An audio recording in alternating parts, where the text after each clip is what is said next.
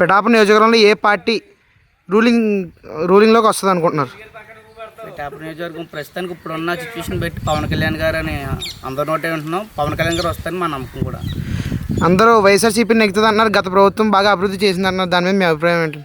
అభివృద్ధి అంటే ఏముంది, జనాలకు డబ్బులు వేయడం తప్ప అభివృద్ధి ఏముంది? ఇప్పుడు మేము సర్పంచులుగా నెగ్గాం, ఉత్సవ విగ్రహాల్లో కూర్చోవడం తప్ప మాకంటూ ఏమీ లేదు.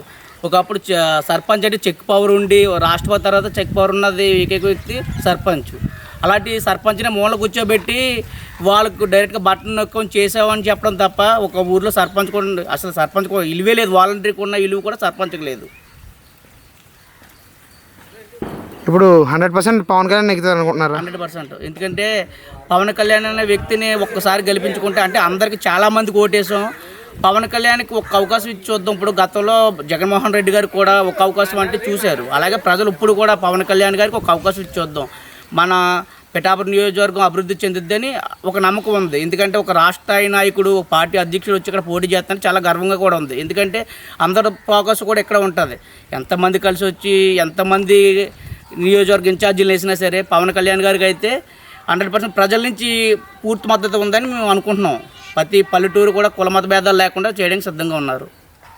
సపోర్ట్ చేయండి. Please do like, share, subscribe to Anu media.